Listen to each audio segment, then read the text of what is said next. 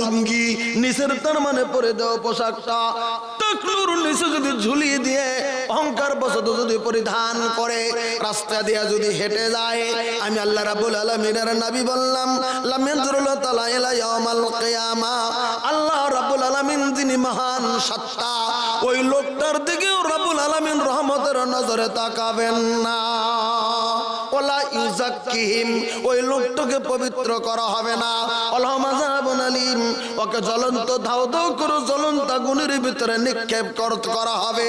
ভাই গো, আমরা যদি মুসলিম হই, নবীর যদি উম্মত হই, যতদিন নিঃশ্বাস থাকবে আমার নিচের কাপড়টা যেন টাকনুর উপর পর্যন্ত যেন বানিয়ে না হয়, কোন মুহূর্তেই যেন টাকনু ঢেকে যায় না।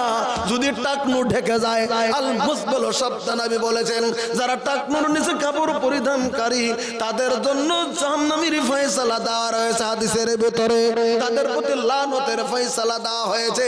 তার মানে আমরা কেমন করে কাপড় পরিধান করব সেটাও শরীয়তের ভিতরে সন্নিবিষ্ট করা রয়েছে। কিন্তু না না, প্রাচুর্যের প্রার্থিতকারে আমাদেরকে লোভমোচন্ন, দুনিয়ার লোভমোহে আমাদেরকে ঘ্রাসন্ন করে রেখেছে। আমরা কিছু বুঝি না, শুধু দুনিয়ার লোভমোহের জমিনের ভিতরে চলছি। ওই দিন তোর বরফটা পৃথিবীর জমিন থেকে তোর শেষ হয়ে যাবে। ওদিন তোর দামি লং প্যান্টটা মাটির সঙ্গে মিশে যাবে। ওদিন তোর অহংকার দম্পটা জমিন থেকে ফুরিয়ে যাবে। ওদিন তোর বাহাদুরি জমিন থেকে ফুরিয়ে যাবে। ওদিন তোর পাওয়ার জমিন থেকে শেষ হয়ে যাবে। ওদিন তোর দাম্ভিকতা পৃথিবীর থেকে শেষ হয়ে যাবে। যেদিন মালাকুল মউত তোর কাছে পৃথিবীর জমিনের ভিতরে যেদিন হাজির হয়ে যাবে, ওদিন তোর দাম্ভিকতা পৃথিবীর জমিনের ভিতরে থেকে খতম হয়ে যাবে। এবার কথাটা বুঝে নেন, মানুষ যখন মারা যায় তার অবস্থাটা কেমন হয়? কলকাতা থেকে একটা কিতাব লিখেছেন, বাংলাতে অনেক দিন আগে লেখা ছিল কিতাবটার নাম হলো মহাসমুদ্রের কয়েক ফোঁটা। এই কিতাবটার ভিতরে একটা কাহিনী লিখেছেন,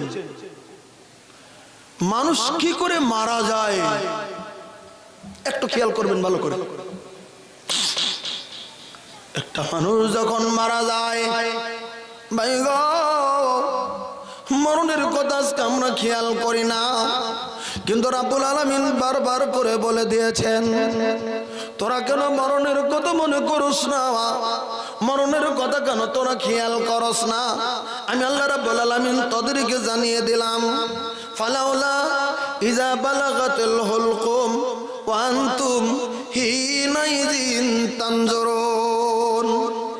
আল্লাহ রাব্বুল আলামিন পবিত্র কোরআনে বলে দিলেন, ফালাউলা ইদা বালাগাতুল হুলকুম, তোমাদের মধ্যেকার যখন তোমার বাবার বা তোমার কোন মুরব্বির বা তোমার চাচার বা তোমার গ্রামের কোন মুরব্বির বা তোমার দাদির বা তোমার মা বা তোমার কেউ কোন ওয়ারিসির যখন তার জানটা এই কণ্ঠনলীর কাছে এসে পৌঁছে যায়, ইজা বালাগাতুল হুলকুম, যখন কণ্ঠনলীর কাছে পৌঁছে যায়, আল্লাহ রাব্বুল আলামিন বললেন, ওয়া আনতুম হিনাইযিন তানজুরুন, তোমরা তখন চতুর্দিকে ঘেরাও করে ওই লোকটার মুখের দিকে তখন র র করে তাকিয়ে থাকো। আমরাও তো জানি আমার বাবা মরতে শুরু করে দিয়েছে, আমার মুরব্বি মরতে শুরু করে দিয়েছে। আমরা যে ভাষাটাকে বলি, এই লোকটার জান কান্দানি শুরু হয়ে গেছে। অনেক মুরব্বিকে দেখবেন মরতে বসতে, ওই মুহূর্তে দেখবেন ধুকু ধুকু ধুকু ধুকু করছে, নিঃশ্বাস বন্ধ হতে চলে চলে। কথা বলা বাবা জমিনের ভিতরে আর কথা বলে না, বিছানার ভিতরে শুয়ে আছে, দুক দুক দুক দুক করছে, নিঃশ্বাস আসছে, গের গের গের গার করছে। আমরা বুঝে নিতে পারছি মনে হয় আর জমিনের ভিতরে বেশি সময় থাকবে না। হয়তো কেউ ডাক দিয়েছে, ছেলেরা মেয়েদেরকে ডাকছে, ভাই বোনদেরকে ডাকছে, বা বোন ভাইদেরকে ডাকছে, মাইরা বাবার সময়টা যেমন কেমন কেমন কেমন কেমন মনে হচ্ছে, দেরি করো না গো। ভাই বোনকে বলছে, বোন রে দেরি করিস না, বিছানাটা মাটির উপরে জমির উপরে পেরে দে। এটা আমাদের ওখানকার কথা বলছি, আপনাদের এখানে কেমন আছে জানি না। মানুষের মরণের সময় যখন পৌঁছে যায়, চোখের উপরে থাকলে খাটের উপরে থাকলে তখন বিছানাটা মাটির উপরে করে দেওয়া হয়, তাড়াতাড়ি করে বিছানাটা বিশেষ করে মাটির উপরে পেরে দেওয়া হয়। আর সঙ্গে সঙ্গে বলে দেয়, বোন রে দেরি করিস না রে, বাবাকে উত্তর দিকে শীতান করে শুয়ে দে, উত্তর দিকে মাথাটা করে শুয়ে দে। কারণ জানেন কি, একটা মানুষ মরণের সময় কেন উত্তর দিকে তার মাথাটা করে দেওয়া হয়, কারণটা কি জানেন? একটাই কারণ, উত্তর দিকে যদি মাথা করে দেওয়া হয় গো, যদি তার মাথার ডান কাত যদি করে দেন, সঙ্গে সঙ্গে তার মুখটা আমাদের কাবার দিকে চলে যাবে। বলেন কথা ঠিক না? এটা একটা ভালো নিদর্শন। আমার বাবা যদি মরে যায়, মরণের সময় যেন বাবার মুখটা যেন কেবলার দিকে থেকে যায়, বাবার জানটা বেরিয়ে যাবে, বাবার মুখটা যেন কেবলার দিকে থেকে যেন বাবা যেন জমিন থেকে বিদায় দিতে পারে। ওজন্য মানুষ যদি মরার সিংদম চলে আসে, জমিনের ভিতরে বিছানা দিয়ে আমরা তখন তার মুখটা ডান দিকে কাত করে দেই, যেন মরার সময় বাবার মুখটা কাবার দিকে কেবলার দিকে চলে যায়। ভাই গো, আল্লাহ রাব্বুল আলামিন তাই ঘটনাটা বললেন, ওয়ান্তুম হিনাইযিন তানজুরুন, তোমরা চতুর্দিকে নজর করে তোমরা বসে থাকো, তখন তোমার বাবার মুখের দিকে তাকাও, তোমরা চতুর্দিক থেকে তাকিয়ে থাকো।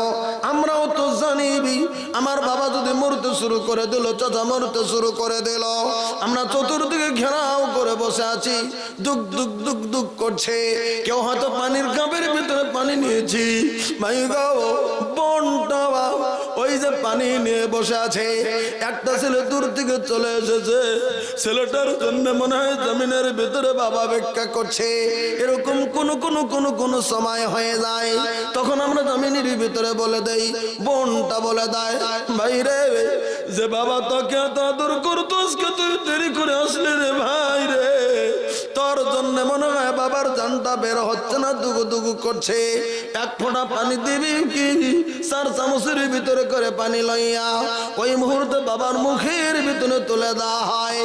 যে বাবা আমার দিনের ভিতরে প্রতি 4 লিটার 5 লিটার পানি পান করতো, যে বাবা আমার 2 লিটার পানি পান করতো, যে বাবা আমার 2 জগ পানি পান করেছে, ওই বাবা কত্তর শীতান করে শুয়ে দিয়েছি। গার গার শব্দ শুরু হয়ে গেছে, পানি 1 কাপ মুখে আছে, 4 চামচে করে একটু করে পানি মুখের ভিতরে দেওয়া হয়। মেয়েটা ডেকে ডেকে বলছে, ভাইরে বেশি পানি দিস না, বাবার খাওয়ার মতো সময় পৃথিবীর জমিন থেকে শেষ হয়ে গেছে। বেশি পানি দিলে পানিটা দুক দুক পুরোপুরি কাটছে, পানিটা ভিতরে যেতে চাই না। এই মুহূর্তটার কথা আল্লাহ রাব্বুল আলামিন কোরআনে কারীমের ভিতরে বলে দিয়েছেন, ওয়ান্তুম হিনাইযিন তানজুরুন, তোমরা চতুর্দিকে থেকে বাবার মুখের দিকে তোমরা তাকিয়ে থাকো, কিন্তু তোমরা কি জানো, তোমরা কি জানো গো, ওয়ানাহানু আকরাবু ইলাইহি মিনকুম ওয়ানাহানু আকরাবু ইলাইহি, আমি আল্লাহ রাব্বুল আলামিন তোমাদেরকে জানিয়ে দিলাম, তোমরা যতই নিকটে থাকো না কেন গো, তোমাদের থেকে বেশি নিকটে আমার মালাকুল মাউত থেকে যায়। কিন্তু তোমরা দেখতে পারো না, দেখার মতো শক্তি তোমাদের চোখে আমি আল্লাহ রাব্বুল আলামিন দেই নাই। মাই গো, এমন করে বাবা বা চাচা মুরব্বি বিছানায় শুয়ে আছে, নজর করে দেখিয়েন পানি দিচ্ছেন। হয়তো কেউ জমিনের ভিতরে সূরা ইয়াসিন তেলাওয়াত করছে, আবার কেউ আছে জমিনের ভিতরে কালিমা শাহাদা পড়ে পড়ে পড়ে পড়ে পড়ে পড়ে পড়ে পড়ে পড়ে পড়ে বাবার নাকে মুখে চোখ মুখের ভিতরে ফুঁক দেওয়া হচ্ছে।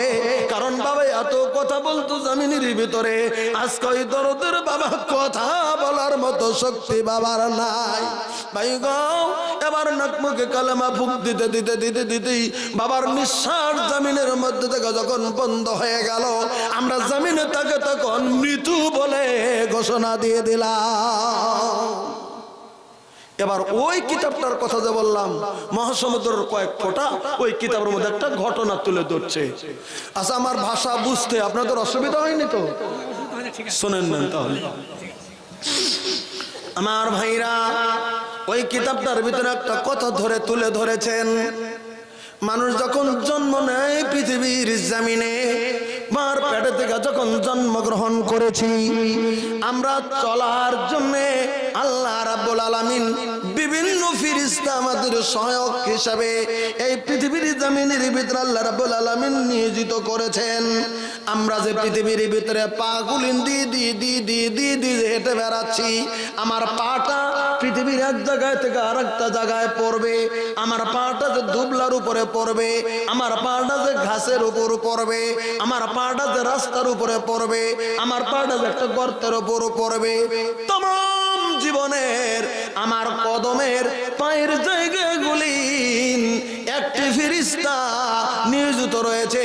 ওই তো পৃথিবীর জমিনগুলি আমার পায়ের নিচে রেডি করার জন্য পৃথিবীর জমিনে তিনি নিয়োজিত রয়েছে একটা ফেরেশতা।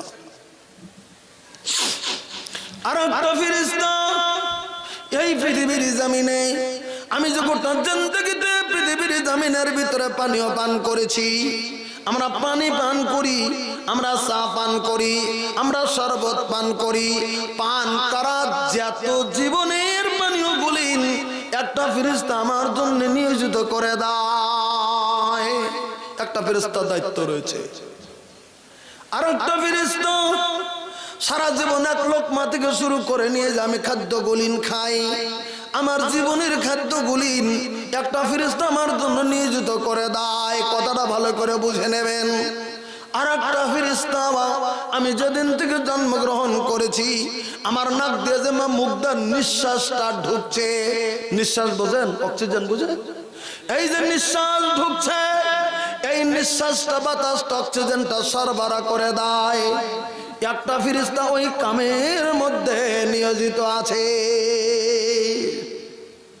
কিন্তু যেদিন আমার টাইম ফুরিয়ে যায় গো, যেদিন আমার শেষ সময় হয়ে যায়, সে বদ হোক আর দিনই হোক আর বেদিনই হোক না কেন, তার সময় যখন শেষ, সর্বপ্রথমে একটা ফেরেশতা চলে আসে যে আমার আপনার পায়ের নিচের জমিটা পৃথিবীর জমিনে জুগিয়ে দিত। ওই লোকটার কাছ থেকে বিদায় নিচ্ছে।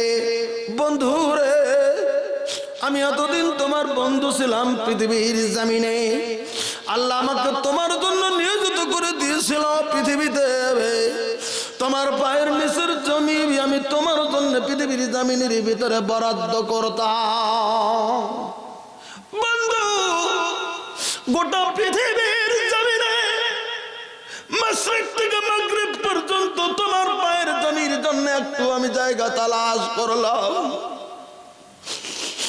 মাগরিব থেকে মাশরিক পর্যন্ত, গরব থেকে শামাল পর্যন্ত গোটা পৃথিবী তন্ন তন্ন তন্ন তন্ন করে খুঁজলাম, কিন্তু তুমি যে পাটা রাখবে এরকম জমি পৃথিবীর জমিন আজকে তোমার নামে বরাদ্দ গোটা পৃথিবীর কোথাও তালাশ করে পেলাম না। আজ থেকে আমার শেষ দায়িত্ব, আমি তোমার কাছ থেকে বিদায় নিয়ে নিলাম রে বন্ধু, আমার দায়িত্ব শেষ। উনি চলে গেল আপনার কাছ থেকে। 2 নম্বরে এবার চলে এসেছে একজন ফেরেশতা। বন্ধুরে, গোটা জিন্দেগিতে তুমি যতদিন পানীয় তুমি পান করেছো, তোমার জীবনে যতদিন তুমি খাদ্য খানা খেয়েছো, বন্ধুরে তোমার জীবনের খাদ্য